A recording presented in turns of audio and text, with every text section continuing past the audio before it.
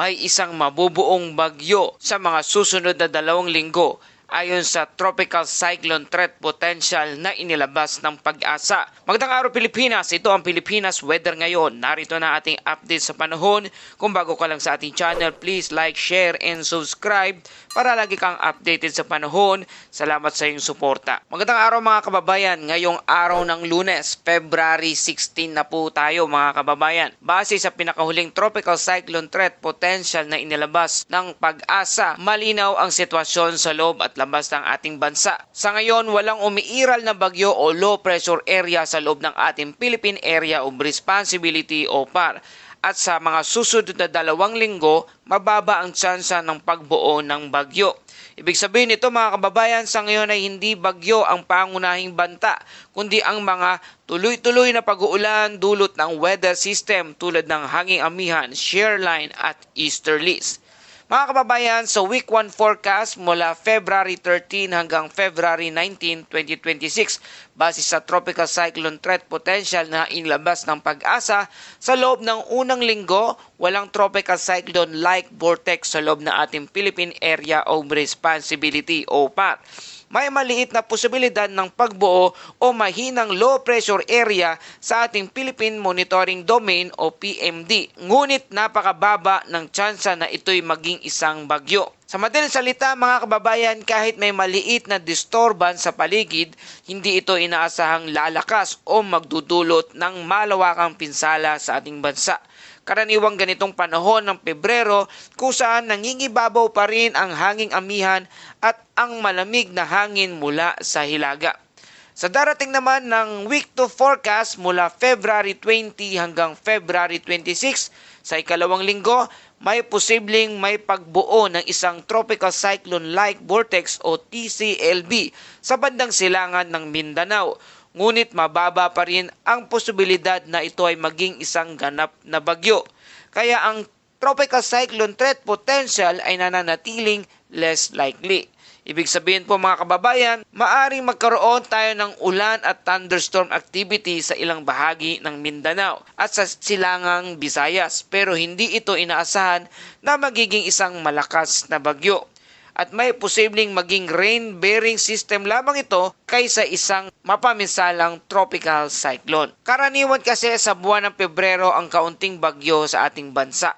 Sa katunayan, isa ito sa mga buwan na may pinakamababang bilang ng tropical cyclone sa buong taon. Ang mga bagyong nabubuo sa panahong ito ay madalas mahihina, mabilis mawala o kaya hindi ito tumatama sa kalupaan ng ating bansa.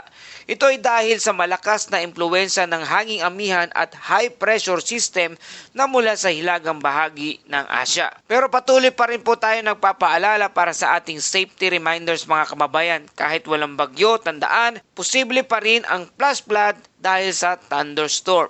At mag-ingat sa biglaang pagbuhos ng ulan tuwing hapon o gabi. Iwasan ang pagtawid sa mga rumaragasang baha at bantayan ang opisyal na abiso mula sa mga otoridad tulad ng inyong local government unit. Para sa ating mga kababayang mangisda, mag-ingat sa paglalayag lalo na kung may malalakas na pag-alon sa silangang baybayin ng ating bansa. At para sa buod ng ating balita, magandang balita po mga kababayan, walang bagyo sa ating Philippine Area of Responsibility o PAR. Mababa lamang ang tsansa ng bagyo sa mga susunod na 2 linggo at posibleng mahinang low pressure area naman o LPA sa bandang lugar ng silangan ng Mindanao sa Week 2 forecast na inilabas ng Pag-asa kamakailan. Ulan pa rin ang pangunahing concern po natin at hindi ang malalakas na hangin na magdudulot ng pinsala sa ating bansa dulot ng mabubuong isang panibagong bagyo. Mas sa madaling salita mga kababayan, walang bagyo, walang direktang banta sa ating bansa sa mga susunod na linggo. Ang panahon ng hamihan at localized rain lamang ang patuloy nating nararanasan sa ngayon. At narito na ating kasalukuyang lagay ng panahon dito sa ating bansa. Mga kababayan, may 3 pangunahing weather system na nakakaapekto ngayon sa ating bansa. Una dyan ang shear line na nakakaapekto sa bandang silangang bahagi ng Northern at Central Luzon. Pangalawa, ang northeast monsoon o hanging amihan na nakakaapekto naman sa bandang hilagang Luzon. at ang easterlies na nakakaapekto sa natitirang bahagi ng ating bansa. Mga kababayan, ang kombinasyon ng mga sistemang ito ang nagdadala ng ulap at pag-ulan at pabago-bagong kondisyon ng panahon sa iba't ibang rehiyon. At narito ang mga lugar na may malalakas na pag-ulan makakaranas sa bandang Cagayan, Isabela at Aurora. Ang lagay ng panahon ay maulap na kalangitan na may kalat-kalat na pag-ulan at isolated thunderstorm. Dulot ito ng shear line. Ang posibleng epekto ay biglaang pagbaha at pagguho ng lupa sa bulubunduking lugar. Ang shear line ay ang banggaan ng malamig na hangin mula sa hilaga at mainit na hangin mula naman sa silangan. Kapag nagtagpo ang dalawang ito, nabubuo ang makapal na ulap at nagdudulot naman ito ng tuloy-tuloy at minsan ay malalakas na pag-ulan sa ilang mga lugar. Sa lugar ng Quezon Province, maulap na kalangitan na may kalat-kalat na pag-ulan at thunderstorm. Dulot naman po ito ng easterlies. Posibleng epekto ay ang flash flood at landslide sa matataas na lugar. Ang easterlies ay mainit na mahalumigmig na hangin mula sa karagatang Pasipiko. Ito ang karaniwang dahilan ng biglaang thunderstorm lalo na sa silangang bahagi ng ating bansa. Sa mga lugar naman na may banayad na panahon sa lugar ng Ilocos Norte, Apayao, Batanes at Babuyan Island, bahagyang maulap hanggang maulap na kalangitan na may possible isolated light rains. Dulot naman ito ng hanging amihan. Walang inaasang malaking epekto sa mga lugar na yan. Sa Metro Manila at sa titirang bahagi ng ating bansa, bahagyang maulap hanggang maulap na kalangitan at may possible isolated rain shower o thunderstorm. Dulot ito ng easterlies at ang posibleng epekto nito ay biglaang pagbaha kung may malalakas na thunderstorm. Sa maraming bahagi ng ating bansa, lalo na sa hapon at gabi, maaring makaranas ng panandaliang pag-ulan dahil naman ito sa localized thunderstorm. At para sa hangin at kondisyon ng ating karagatan sa hilaga at silangang bahagi ng ating bansa, ang hangin ay katamtaman. At ang direksyon nito ay sa silangan hanggang hilagang silangan na may alon na katamtaman mula 1.2 hanggang 2.5 metro ang taas.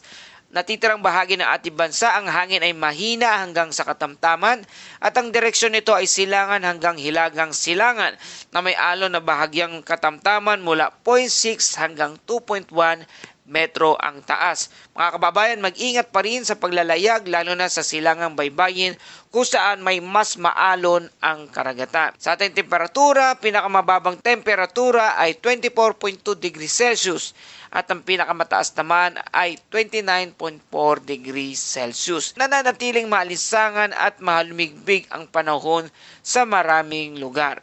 Sa ating astronomical information sa Metro Manila, ang araw ay sisikat mamayang alas 6:20 ng umaga at lulubog naman ito mamayang alas 6:00 ng hapon. Mga kababayan, ang ganitong kombinasyon ng shear line at easterlies ay karaniwan sa tuwing mga buwan ng Enero hanggang Pebrero, kung saan nagtatagpo ang malamig na amihan at mainit na hangin mula sa Pasipiko. Ito ang madalas na dahilan ng mga biglaang pag-ulan kahit wala namang bagyo sa ating bansa. At dumako na tayo sa ating Bible verse of the day mula sa Isaiah 41 verse 10. Ako'y sa iyo, huwag kang matakot. Ako ang iyong Diyos, hindi ka dapat mangamba. Mga kababayan, sa gitna ng bagyo ng buhay, maging literal man o spiritual, pinapalalahanan tayo ng Diyos na hindi tayo nag-iisa. Siya ang ating lakas at sandigan sa bawat pagsubok. Kaya sa halip na matakot, piliin nating magtiwala sa ating Panginoong Hesus araw-araw. At yan po ang ating update sa panahon ngayong araw. Kung nagustuhan nyo ang balitang ito, please like, share, and subscribe para lagi kayong updated sa panahon. Salamat sa iyong patuloy na pagsuporta at pagtangkilik dito sa ating channel.